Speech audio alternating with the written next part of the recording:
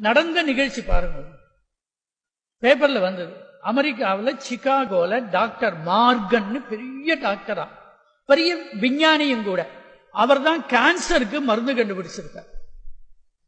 அவர் மருந்து கண்டுபிடிச்சு அதை எல்லா மேகசின்லயும் வந்து எல்லா யூனிவர்சிட்டியும் அதை அங்கீகரிச்சு, அப்போ அவருக்கு ஒரு அவார்டு பாராட்டு கொடுத்து அவரை கௌரவிக்கிற அமெரிக்கா கவர்மெண்ட்ல, அதுக்கு வேற அங்கேருந்து ஏதோ ரொம்ப தூரத்துல இருக்கிறதான ஏதோ ஒரு பெரிய யூனிவர்சிட்டியில அவருக்கு பாராட்டு விழா நடக்கிறது. அதுக்காக அவர் என்ன பண்ணினார், காலம்பரை கிளம்பினா சாயந்தரம் போயிடலாம். 6 மணிக்கு பாராட்டு விழா, காலம்பரை அவர் 7:30 மணிக்கெல்லாம் பிளைட்டு பிடிச்சு கிளம்பினாக்க 4:30 மணி 5 மணிக்கெல்லாம் போயிடலாம் அப்படின்னு நினைச்சிட்டு கிளம்பிட்டார். கிளம்பி வந்துட்டா, சிகாகோலேருந்து கிளம்பினார். மழை, இடி, பயங்கரமான மழை. அமெரிக்காலெல்லாம் நீங்க பேப்பர்ல பாக்கிறோம் எப்படி வருதுன்னு, மழையெல்லாம் பற்றி. அத்தனை புயல் காற்று உருவாயிருக்கு, சூறாவளி உருவாச்சு. பிளேனை இறக்கிவிட்டான்.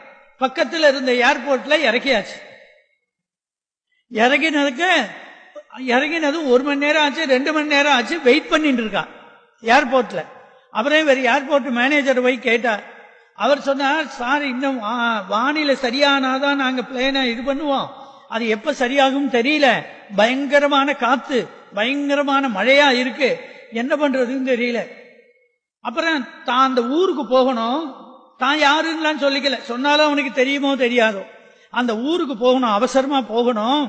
இங்க இருந்து காரு ஒரு டாக்ஸி எடுத்துன்னு போனா எத்தனை நேரம் ஆகும்னா, ஐயோ அவ்வளவு தூரம் போனேன் சார். அமெரிக்கா ரோடு நீங்க 120 கிலோமீட்டர்ஸுக்கு குறைச்சு போக முடியாது அந்த ரோட்ல.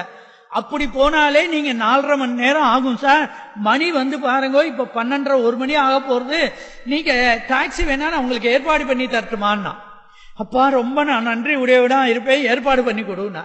ஏற்பாடு பண்ணி கொடுத்துட்டா. 1:15 கிளம்பியிருக்கார். கிளம்பியாச்சு.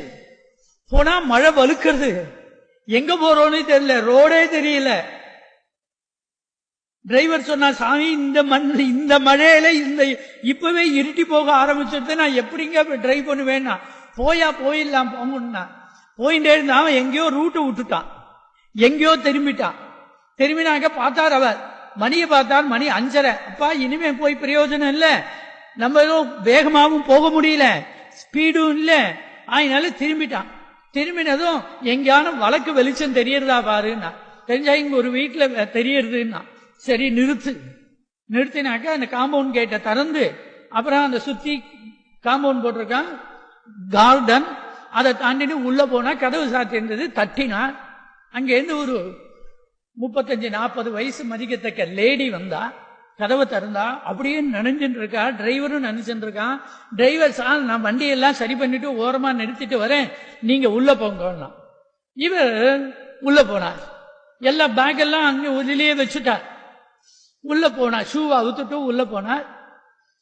அப்புறம் அந்த அம்மா சொன்னா, டவல் தரேன், ரொம்ப நினைஞ்சிருக்கீங்க, தொடச்சுக்கோங்க. தொடச்சுட்டா. நீங்க ட்ரெஸ் தான் தட்டுமானா, அம்மா அதெல்லாம் ஒன்றும் வேண்டாம், தானே காஞ்சிடும் அப்படின்னு சொன்னா. அங்க உட்காந்தா. கொஞ்சம் சூடா டீ தட்டுமா, கொடுங்க. எனக்கு இப்ப கொடுத்தா தேவையில்லை, நான் ரொம்ப டென்ஷனா வேற இருக்கேன். டீ கொடுத்தா. கொஞ்சம் பிரெட் இல்ல பிஸ்கெட் தட்டுமா, கொடுமா, சாப்பிட்றேன். இதுக்குள்ள மணி 6:15. இவருக்கு தீர்மானம் பண்ணிட்டா நம்ம அங்க போறது இல்லைன்னு உட்கார்ந்து இருந்தா. அந்த அம்மா வந்து சொன்னா, நீங்க இங்கே ரெஸ்ட் எடுத்துங்க, நைட்டு மழையெல்லாம் விடட்டும், நாளைக்கு போகலாம். நான் டிரைவர்த்தையும் சொல்றேன், நைட்டு உங்களுக்கு டின்னருக்கு நான் தானே ஏற்பாடு பண்றேன், லைட்டா தான் டின்னருக்கு ஏற்பாடு பண்றேன். எனக்கு இப்ப இது பிரேயர் டைம், நான் பிரார்த்தனை பண்ணணும். ஒரு 1/2 மணி 3/4 மணி எனக்காக நீங்க இங்கேயே இருங்கோ, நான் பிரார்த்தனை பண்ணிட்டு வரேன். சரிம்மா பிரார்த்தனை பண்ணுன்னா. ஏத்தாப்புல ஜீசஸ் மேரி சிலை வச்சிருக்கா, பூஜை ரூம் இருக்கு, கேண்டில் எல்லாம் ஏற்றி வச்சிருக்கான். அங்க போய் உட்காந்து தியானத்துல உட்காந்து பிரார்த்தனை பண்ணிட்டு. இவர் கடவுள் பற்றி உடையவர்னு இல்ல, இவர் எத்தியிஸ்டும் இல்ல, இவர் தியிஸ்டும் இல்ல, இவர் அதுக்காக அக்னாஸ்டிக்கும் இல்ல. இவருக்கு ஏதோ இவர் காரியத்தை இவர் பார்த்துட்டு இருக்கார், கண்டுபிடிச்சிருக்கார். இவர் என்ன பண்ணார், கொஞ்ச நேரம் கழிச்சு இந்த அம்மா என்ன பண்றா, பிரார்த்தனை பண்றாங்கிறாளே, என்ன பண்றா பாப்போம்னா கண்ணை மூடின்னு அந்த அம்மா உட்கார்ந்துருக்கா. அங்க பார்த்தா எதிர்த்தாப்புல ஒரு கட்டில். அந்த கட்டில்ல யாரோ பார்த்தா ஒரு பையன் படுத்துட்டு இருக்கான். அந்த பையனுக்கு 16-18 வயசு இருக்கும் போல் இருக்கு. நோஞ்சானா இருக்கான், எலும்புண்டு ஒலுமா இருக்கான், போர்வை போத்தி இருக்கு.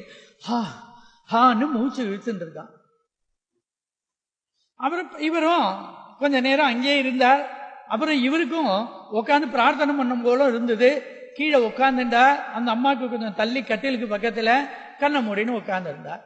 மணி 7:15 7:30 ஆச்சு. அந்த அம்மா தியானத்திலேருந்து எழுந்துண்டா. எழுந்துட்டு உங்களுக்கு தான் டின்னர் பண்ணட்டுமான்னா, அதெல்லாம் அப்புறம் பண்ணலாம், முதல்ல இது யாரு, ஏன் இப்படி உடம்பு சரியில்லாம படுத்துட்டு இருக்கான்னு. என்னோட பையன். அப்படியா, அவனுக்கு என்ன வியாதி? கேன்சர். ஏன் வைத்தியம் பார்க்கலையா? பார்த்தோம், எல்லா டாக்டர்ட்டையும் காமிச்சோம், இதுக்கெல்லாம் ஒருத்தரும் தீர்க்க முடியாது. இதை தீர்க்கிறதுக்கு ஒருத்தர் தான் இருக்கா. அவர் பேரு டாக்டர் மார்கன்னு பேரு. அவர் சிகாகோல இருக்கார். அவர் தான் இதை பண்ண முடியும். ஆனா அவருக்கு எப்படி போறது, அவருக்கு ஃபீஸ் நிறைய கொடுக்கணும், அவர் என்ன மருந்து கொடுப்பாருன்னு தெரியாது அப்படின்னு எல்லாம் எல்லாரும் சொன்னா, எனக்கு அதுக்கு வசதியும் இல்லை, எனக்கு சிகாகோ எங்க இருக்குன்னு தெரியாது, நான் என்ன பண்ண முடியும்? நான் என் தெய்வத்துக்கிட்ட தான் பிரார்த்தனை பண்ணிட்டு இருக்கேன். எத்தனை வருஷமாமா பிரார்த்தனை பண்றேன்? 5 வருஷமா மருந்தே நிறுத்திவிட்டேன். என் பையனை காப்பாற்றணும், உங்ககிட்ட ஒப்படைச்சாச்சு, உன் பொறுப்பு ஜீசஸ் கிட்ட ஒப்படைச்சிட்டேன், என் சுமையெல்லாம் உங்ககிட்ட இறக்கிட்டேன், நீ காப்பாற்றணும் அப்படின்னு பிரார்த்தனை பண்ணிட்டு இருக்கேன்னா அழுதுட்டார் இவர்.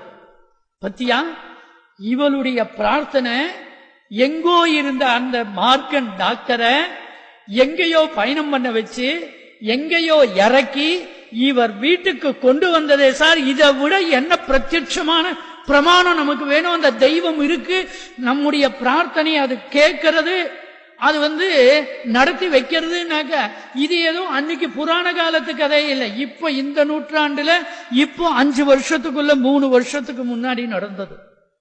பெரியவா சொல்றா, அதுக்காகத்தான் நம்ம பகவானை பிரார்த்தனை பண்ணணும். அதனாலதான் நம்ம பெரியவா எல்லாம் இதுக்கு சம்புன்னு பேர் வச்சிருக்கா அவருக்கு. ஏன் தெரியுமா? சம்ன சுகம், யகா சுகம் ததாதி இதி சம்புஹு.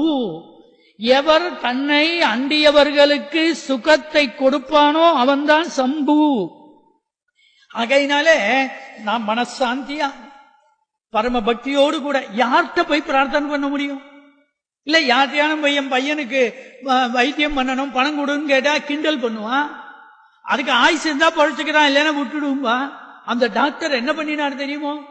கண்ணும் கண்ணீருமா, அம்மா நான் இந்த மாதிரி பிரார்த்தனை பண்ணது தியானம் பண்ணதெல்லாம் கிடையாது, இன்னைக்குதான் நான் அதனுடைய பெருமையை உணர்ந்தேன் அப்படின்னு அங்கேயே அவர் நமஸ்காரம் பண்ணிவிட்டு உடனே ராத்திரி மழை விட்டுடுத்து அங்கேயே தங்கிட்டு காலம்புரை போன் பண்ணி அடுத்த பிளைட்ல அந்த பையனுக்கு அந்த அம்மாக்கு இவருக்கு எல்லாருக்கும் டிக்கெட் ரிசர்வ் பண்ணி அழைச்சுன்னு போய் தன்னோட கிளினிக்ல 3 மாசம் வச்சிருந்து ட்ரீட்மெண்ட் பண்ணி ராஜோபச்சாரம் பண்ணினார் சார். நடக்குமா யாருக்கானோ?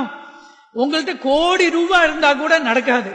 அந்த தெய்வம் எங்கேயோ இருந்த மார்கனை தட்டி இங்க கொண்டு வந்தது இல்லையா?